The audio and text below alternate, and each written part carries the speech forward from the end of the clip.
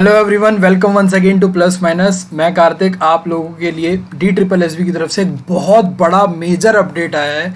जी हाँ, जैसे कि आपने थंबनेल पे पढ़ लिया होगा, क्या अब DSSB में भी कंबाइंड एग्जाम होगा। बिल्कुल यही एक अपडेट आया DSSB की तरफ से अभी 7 तारीख को। आज ही अपडेट आया थोड़ी दिन पहले, और DSSB ने अपना पूरा आगे का फ्यूचर बता दिया है कि कैसे एग्जाम हुआ करेंगे। और यहाँ से सीधा क्लियर हो जाता है कि LDC का एग्जाम कब होगा, और अभी पीछे जो एग्जाम कैंसिल हुए थे वो भी दोबारा कब होंगे, और बाकी के एग्जाम अब आगे DSSB कैसे एग्जाम करवाया करेगा, वो सारी चीजें यहाँ पे पता चल गई हैं। तो वीडियो के एंड तक जुड़े रहना, बहुत ज़्यादा इंपॉर्टेंट है आप लोगों के लिए। जो भी DSSB यानी कि दिल्ली सरकार की जितने भी डिपार्टमेंट हैं, फिर साथ ही साथ MCD के, NDMC के जितने भी हैं, वो सारे ही एग्जाम DSSB जो कंडक्ट करवाता है उसका एक नया रूप देखने को मिलेगा, अब नए तरीके से करवाने को मिलेगा। DSSB अपना शुरुआत ही ऐसे करता है कि भाई हम हर साल 10 से 15 हज़ार वैकेंसीज निकालते हैं, हर साल एग्जाम होता है। और यहाँ पे B और C ग्रुप, B और C की जो एग्जाम लेते हैं, तो 2020 में एग्जाम नहीं हो पाए थे, और 2021 में बहुत ज़्यादा ह्यूज बैकलॉग था जिसके हमने धड़ाधड़ एग्जाम कंडक्ट करवाए हैं। ठीक है, और कोविड-19 का यहाँ पे ध्यान रखते हुए अब यहाँ पे इन्होंने बोला है कि 2004 पोस्ट इन्होंने निकाली थी, 2013 से लेकर 2021 तक सारी डिटेल दी गई है। 2013 से 2019 तक 32, 2020 में 115 पोस्ट के लिए वैकेंसीज निकाली थी, 2021 में 57 पोस्ट के लिए टोटल 204 वैकेंसीज कितनी थी अभी तक टोटल। 2020 में 5000, 2021 में 14000 वैकेंसी थी, यहाँ पे 21951 यानी कि लगभग 20000 के वैकेंसी। और नंबर ऑफ एप्लीकेंट्स यहाँ पे देख लीजिए, यहाँ पे आपके बहुत ज़्यादा एप्लीकेंट्स हैं, 29 लाख के करीब, यहाँ पे 30 लाख के करीब एप्लीकेंट्स थे पूरे 2013 से 2021 तक। अब यहाँ पे इन्होंने बोला कि भाई जनवरी से सितंबर तक हमने कितने एग्जाम करवा लिए, ये पूरा डेटा जानना जरूरी है, क्योंकि इसी के बाद समझ में आ जाएगा कि कितने बचे हुए एग्जाम हैं वो कब होंगे, वो इस साल नहीं होंगे। जी हाँ, अब नवंबर के बाद जो एग्जाम नहीं होंगे, DSSB ने नवंबर तक का शेड्यूल जारी करा है, अब नवंबर के बाद एग्जाम नहीं होने वाले हैं। जी आगे चलिए, सुनिए आगे। ठीक है, यहाँ पे देख लीजिए कि ये 2013 से 19 तक का है, ये 2020 में है। एग्जाम 86 एग्जाम हो गए हैं, 2020 के 86 एग्जाम हो चुके हैं, 2021 के 17। अब यहाँ पे पोस्ट कितनी थी, 57, 17 हो गए हैं, 200, 115, 86, ये 32 के 32 हो चुके हैं। तो यहाँ पे अभी भी काफी डिफरेंस रहता है, 115, 86 का, 57, 17 का। ठीक है, तो ये इतने हो चुके हैं। कैंसिल कितनी होगी, नंबर ऑफ कैंसल्ड वैकेंसीज यहाँ पे 105, कैंसिल पोस्ट 3, 105 वैकेंसी कैंसिल हुई उसके चलते, और यहाँ पे पोस्ट 1 कैंसिल हुई, 5 ये कैंसिल हुई पर बाद में करवाई जाएंगी। अब यहाँ पे दिखा दिया है कि भाई 30 सितंबर तक कितना हमारा यहाँ पे रहता है, 1008 यानी कि 26 तो हमारी क्या रहती है पोस्ट, 39 2021 के लिए रहती है, टोटल 65 पोस्ट रहती है, जिसकी 4452 वैकेंसीज यहाँ पे रहती हैं। अब ये एग्जाम कब होंगे, यहाँ पे पूरा शेड्यूल बता दिया है। अक्टूबर का शेड्यूल बता दिया कि हम 6 पोस्ट के लिए करवाएंगे 2021 वाले, 15 पोस्ट के लिए करवाएंगे 2020 वाला, और नवंबर का बता दिया है कि भाई 12 पोस्ट के लिए 2021 वाले और 11 2020 वालों के लिए। अब बैलेंस जो है सिर्फ और सिर्फ यहाँ पे 2020 वाला नवंबर में पूरा हो जाएगा, 2020 नवंबर में पूरा हो जाएगा। बचेगा कौन, सिर्फ और सिर्फ 21 पोस्ट बचेंगी, 2021 की बचेंगी, 21 पोस्ट बचेंगी, जिसमें वैकेंसीज हैं 1390, जिसमें सबसे बड़ी पोस्ट LDC भी शामिल है। LDC जिसके लिए बहुत ज्यादा साथी इंतजार कर रहे थे। तो 2020 की जितनी वैकेंसीज थी ना, वो सारी खत्म हो जाएंगी नवंबर में, और नवंबर में बहुत ज्यादा वैकेंसीज हमारी 2021 की भी खत्म हो जाएंगी, और 21 वैकेंसी रह जाएंगी, 21 पोस्ट रह जाएंगी, वैकेंसी नहीं पोस्ट रह जाएंगी। अब यहाँ पे क्या करा इन्होंने, सारा डिटेल वही अपना लिख के बताया है कि भाई 21 पोस्ट रह जाएंगी, जिसमें 1390 वैकेंसीज हैं, और ये कब करवाए जाएंगे। अब ये उन्होंने कुछ अपनी डिटेल भी बताई है, सारा आपको मिल जाएगा। शेड्यूल मुद्दे पे चलेंगे हम ज्यादा। इन्होंने बताया कि भाई हम वेटिंग पैनल भी नोटिफाई करते हैं, हम जो आइडेंटिटी प्रूफ है वो भी, पोस्ट कार्ड साइज फोटो वगैरह सारा अपना इंतजाम जो है पूरे करवाते हैं, और पूरा एसओपी वगैरह जितना भी बायोमेट्रिक वेरिफिकेशन का है वो हमने लेवल अप करा है एग्जाम कंडक्ट करवाने में, सारी अपनी उपलब्धियां बताई हैं एक तरीके से। अब इन्होंने बताया कि भाई ये सारी जो हम चेंजेस ला रहे हैं उसमें एक continuing in this direction DSSB reviewed the examination undertaken in past several years.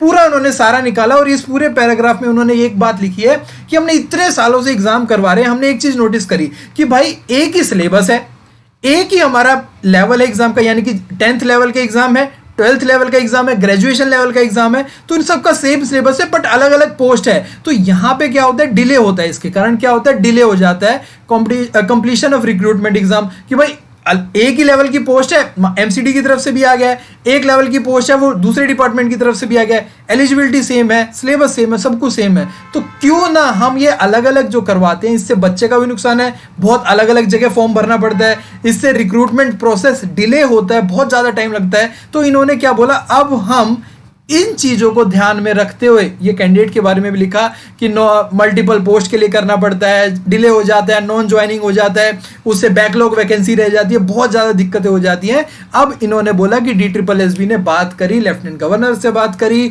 उसके बाद अब बात करी यहाँ पे किससे, एमसीडी के डिपार्टमेंट से, दिल्ली गवर्नमेंट के डिपार्टमेंट, जीएनसीडी, जितने भी दिल्ली गवर्नमेंट के डिपार्टमेंट है, एनडीएमसी से बात करी और उसके बाद एक फैसले पे आए हैं कि भाई एक कंबाइंड एग्जामिनेशन होगा फॉलोड बाय यूपीएससी लेवल का, मतलब यूपीएससी जैसे लेवल का नहीं, यूपीएससी जैसे फॉलो करती है और एसएससी फॉलो करती है, जैसे कि कंबाइंड ग्रेजुएट लेवल है, कंबाइंड हायर सेकेंडरी लेवल है, सिविल सर्विसेज एग्जामिनेशन लेवल है। अब उस हिसाब से 10th की क्वालिफिकेशन है तो एक CHSL जैसे एग्जाम हो जाएगा, CHSL में हमारा 12th हो जाता है, कंबाइंड हाई सेकेंडरी हो जाता है, 10th वाले तो उससे भी एक छोटा एग्जाम हो जाएगा दिल्ली का अलग से। उसके बाद ग्रेजुएशन रिक्वायरमेंट और अलग अलग जगह पे पोस्ट है तो एक ग्रेजुएशन लेवल का पोस्ट हो जाएगा। तो अगेन यहाँ पे कंबाइंड एग्जाम करवाएगी आगे DSSB। ये बहुत बड़ी अपडेट है DSSB की और बहुत वेलकमिंग स्टेप है। हाँ, थोड़ा लेट ले रहे हैं क्योंकि ऑलरेडी वैकेंसीज अनाउंस है उस करके, बट स्टिल एक बहुत वेलकम स्टेप है कि भाई बहुत ज़्यादा अलग अलग जगह भरना पड़ता था, अब वो क्या करेंगे, अलग अलग डिपार्टमेंट से वैकेंसीज ले ली उन्होंने, अब सारा उसमें डिटेल पता चलेगा, कितनी बैकलॉग रहती है, कितनी फुल हो गई है, ये सारी डिटेल अपनी पोस्ट करा करेंगे ये वेबसाइट पे। ये भी इन्होंने इस बात में लिख दिया है। इससे फायदा क्या होगा, सीधी सीधी बात है, सिर्फ एक कंबाइंड फॉर्म भरना है, जैसे CHSL का भरते हैं, CGL का भरते हैं, वैसे ही भरना है। अब उसमें आ जाएंगी कि भाई इस डिपार्टमेंट में ये पोस्ट है तो वो अपने हिसाब से स्ट्रक्चर फॉलो करेंगे, SSC और UPSC वाला। बहुत बड़ा स्टेप है ये, बहुत वेलकमिंग स्टेप है। DSSB बहुत पूरे आज के टाइम पे एट प्रेजेंट इंडिया में, एक टाइम था बदनाम था DSSB अपनी लेट लतीफ़ी के कारण। वो सारा रीजन बताया ना कि भाई हम पे बेवजह ही इंजाम लगते थे कि ऐसा हो रहा है, ये हो रहा है, वो हो रहा है, कभी कोर्ट केस लग जाता था, कभी कुछ हो जाता था, इतने सारी पोस्ट है कैसे करवाएं, कभी सेंटर्स नहीं मिलते थे। तो उन्होंने इसका इलाज ढूंढ लिया है और आज के टाइम पे बहुत सही काम कर रहा है DSSB। लेट आए बट दुरुस्त आए, देर आए पर दुरुस्त आए। ठीक है, अब उन्होंने बोला है according to approval by lieutenant governor के अप्रूवल के बाद DSSB अब कंडक्ट कराएगा फॉलोइंग कैडर।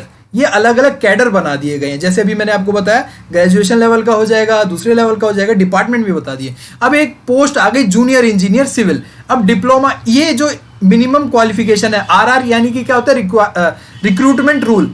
ठीक है, तो एक कैडर हो गया हमारा जूनियर इंजीनियरिंग का सिविल का, जिसमें सिविल इंजीनियरिंग मांगी होगी। तो ये अलग अलग डिपार्टमेंट है, तो इन डिपार्टमेंट को सिविल इंजीनियर की रिक्वायरमेंट होगी ना, तो वो ये भेज देंगे और वो कंबाइंड एक पेपर हो जाएगा, कट ऑफ के हिसाब से नौकरी लग जाएगी। ठीक है, अब दूसरा आ जाता है फिर ऐसे इलेक्ट्रिकल का बना दिया, ये भी अलग अलग डिपार्टमेंट। आगे चलते हैं और असिस्टेंट इंजीनियर इलेक्ट्रिक, अब यहाँ पे एक बना दिया कि 10th लेवल का, मैट्रिकुलेशन लेवल का एक कैडर बना दिया इन्होंने 10th लेवल का, जिसमें क्या है PA टू सेक्रेटरी LDC आ गया। कुछ अपना पेपर जिसकी तैयारी कर रहे थे सबसे ज्यादा लोग, junior stenographer, stenographer English, stenographer Hindi, LDC junior secretariat assistant, एक हमारा जिसको LDC, जिसकी एक्चुअली में जिस पोस्ट का नाम ये है अभी जो 44/21 जो पोस्ट चल रही है। ठीक है, LDC जूनियर सेक्रेटेरिएट असिस्टेंट। तो ये 10th लेवल का कैडर हो गया। अब ये एग्जाम ना यहाँ पे देखिए MCD, DTC, Urdu academy, DAMB, RSM, ये जितनी भी डिपार्टमेंट है सारे एक ही पेपर लिया करेंगे, जिसमें आपका 10th लेवल का एक कैडर बन गया है। ये सारी पोस्ट उसमें इंक्लूड होंगी। ऐसे ही अब 12th लेवल का एक कैडर बन गया है, जिसमें LDC ग्रुप 4 दास का, जो ग्रुप 4 का दास की अलग से वैकेंसी नहीं आएंगी। अब अब ये सुन लो, दास की अलग से वैकेंसी नहीं आया करेंगी, सीधा सीधा अब ये 12th लेवल का एक कैडर बन गया है तो इसी में इंक्लूड हुआ करेंगी।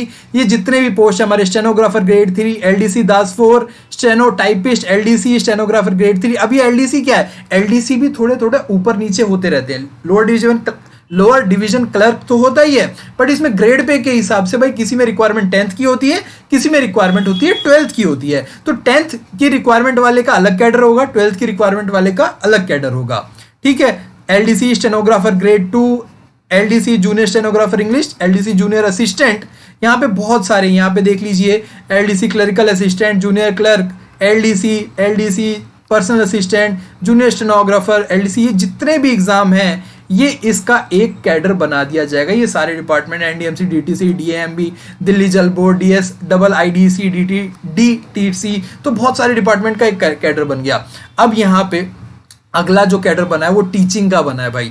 Assistant teacher primary, assistant teacher primary और टीचर प्राइमरी अलग अलग जो जगह लगते हैं, एनडीएमसी में लगते थे, डीओई में लगते थे और एमसीडी में लगते थे। ये कैडर बन गया है 12th पास। और उसके बाद जो बेसिक रिक्वायरमेंट है जिसमें क्या बोला गया, डिप्लोमा सर्टिफिकेट चाहिए होगा, elementary teacher education course, junior basic training और इक्वलेंट और bachelor in elementary education from recognised institution. तो ये हमारा असिस्टेंट टीचर का एक अलग से कैडर बन गया है। अभी तक क्या था, अभी तक ये था भाई एमसीडी वाले की पोस्ट अलग से निकली है, फॉर्म अलग से भरा, डीओई वाले डिपार्टमेंट ऑफ एजुकेशन की दिल्ली सरकार की अलग से निकली है, उसका अलग से था। अब ये एक ही पेपर हुआ करेगा, ज्यादा वैकेंसी दिखा करेंगे बच्चों को, कट ऑफ उसी हिसाब से निकला करेगी। ठीक है, आगे चलते, वैकेंसी तो उतनी ही होंगी बट एक ही जगह पे वो कंबाइंड दिखेगी तो ज्यादा डेडिकेशन से फोकस होकर हम तैयारी कर पाएंगे।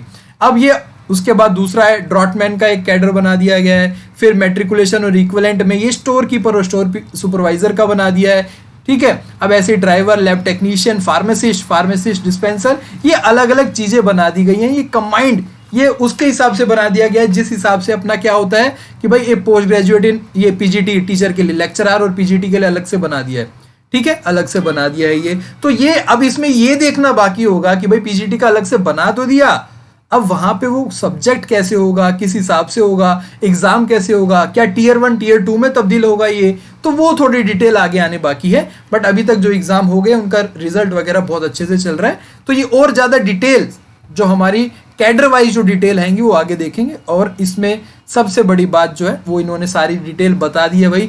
यूपीएससी और एसएससी की तरह फॉलो करेंगे, बच्चों से मांगा करेंगे कि पहले तो डिपार्टमेंट से मांगा करेंगे कि भाई कितनी पोस्ट है कितनी नहीं है, वो OARS पे अपडेट कर दिया करेंगे कि भाई इतनी ये चीज़ें चाहिए, अपनी सारी चीज़ें इन्होंने लिख दिया है कि भाई issued combined advertisement for multiple post in each group as above, जो आप अलग अलग अबाव है उसमें, तो सारी चीज वो कर देंगे। अब वैकेंसी पोजीशन भी जो खाली है भर गई है वो सारी DSSB की वेबसाइट और OARS पे अपडेट हुआ करेंगी। अब वही है, आगे इन्होंने सारी बातें लिख दी है अपनी कि भाई स्किल टेस्ट वगैरह जिस हिसाब से जिसकी रिक्वायरमेंट होगी वो हुआ करेगा और पहले ही बता दिया जाएगा। Questioning the candidate to ensure the fulfil eligibility condition पहले ही बता दिया जाएगा जो अभी तक बताया जाता था। अब यहाँ पे एक ये जी स्टेप पॉइंट है ना, ये भी मोस्ट इंपॉर्टेंट बन जाता है। Seeking choice and preference from the short listed candidate only.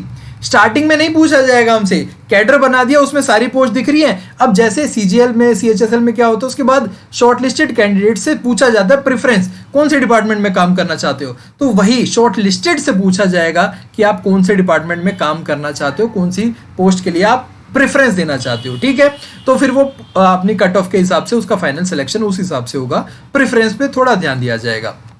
उसके बाद फिर based on merit cum preference basis, ये एक और स्टेप इसी पे ही है कि nomination list based on merit cum preference basis पे after evaluation dossiers factoring the age and experience skill, जो भी रिक्वायरमेंट उसकी है वो सारी चीज इसमें करी जाएंगी। Not considering a candidate for any other option once he has been allocated, यहाँ पे ये भी है, एक बार अलोकेट हो जाएगा तो उसको दूसरे ऑप्शन के लिए कंसिडर नहीं करा जाएगा। तो ये पूरा इन्होंने डिटेल बहुत अच्छे ढंग से सारी चीजें समझा दी है।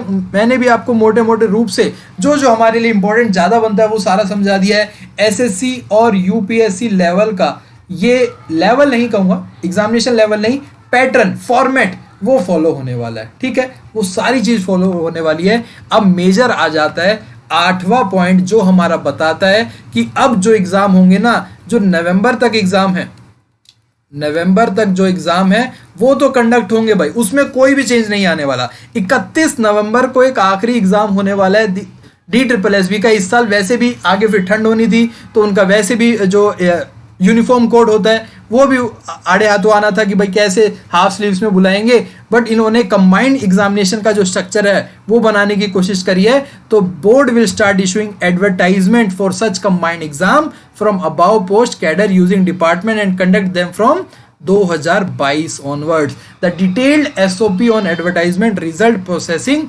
waiting panel and other operational aspects will be issued due course. यहां पे इन्होंने सीधा सीधा बोल दिया है कि अगले ये जो कंबाइंड पेपर होगा, जिसको हम अगर CET भी बोल दें, DSSB का खुद का CET बोल दें, तो वो अब 2022 से लगेगा, 2022 से लागू होगा। 2022 से ये कंबाइंड एग्जाम शुरू हो जाएंगे। तो क्या अब दिसंबर में एग्जाम होंगे? दिसंबर में अगर एग्जाम होते तो वो लोग यहाँ पे लिखते, क्योंकि उन्होंने नवंबर का ये लिख दिया है, यहाँ पे नवंबर का लिख दिया, उसके बाद ये बोल दिया गया है और इन्होंने ये भी बोल दिया गया है कि अब ये which were advertised in 2021 will remain to be scheduled. For each such recruitment, the user department and DSSB have to follow the mandated process covering the determination of vacancies, reservation roster, online requisition, vacancy advertisement, conduct of exam, declaration of result, offer of appointment and joining candidate to the improve integrity and efficiency in the long drawn process. अब यहाँ पे ये exam आगे होने की उम्मीद है। ठीक है, यहाँ पे बैलेंस ऑफ शेड्यूलिंग लिख देते, अगर दिसंबर में भी होना होता तो ये लिख देते। अब DSSB का कंबाइंड एग्जाम 2022 में होगा। DSSB का CET आप लोगों के सामने आ गया है। तो सारी डिटेल उम्मीद है कि आप लोगों को समझ में आ गई होगी। जितने भी साथी तैयारी कर रहे थे उनको उम्मीद है कि ये सारी बातें, सारी डिटेल समझ में आ गई होगी। इस पूरी जो मेमोरेंडम निकाला है, नोटिस निकाला है DSSB ने, उसका लिंक आपको डिस्क्रिप्शन बॉक्स में दे दिया जाएगा, या फिर आप DSSB की ऑफिशियल वेबसाइट पे जाके भी चेक कर सकते हैं। ठीक है, अपना ध्यान रखें, तैयारी करते रहें। CET आ जाएगा तो इसका मतलब ये नहीं है कि आसान हो जाएगा, CET आ जाएगा तो इसका मतलब ये नहीं है कि बहुत मुश्किल हो जाएगा। तैयारी जो करेगा सिलेक्शन उसका होगा। ठीक है, बाय बाय, टेक केयर। ऐसी ही अपडेट पाने के लिए हमारे चैनल के साथ जुड़ते रहिए, और तैयारी भी यहाँ पे चैनल पे होएगी, सारी चीज़ें होती रहती हैं। अपना ध्यान रखें, bye bye, take care, see you soon.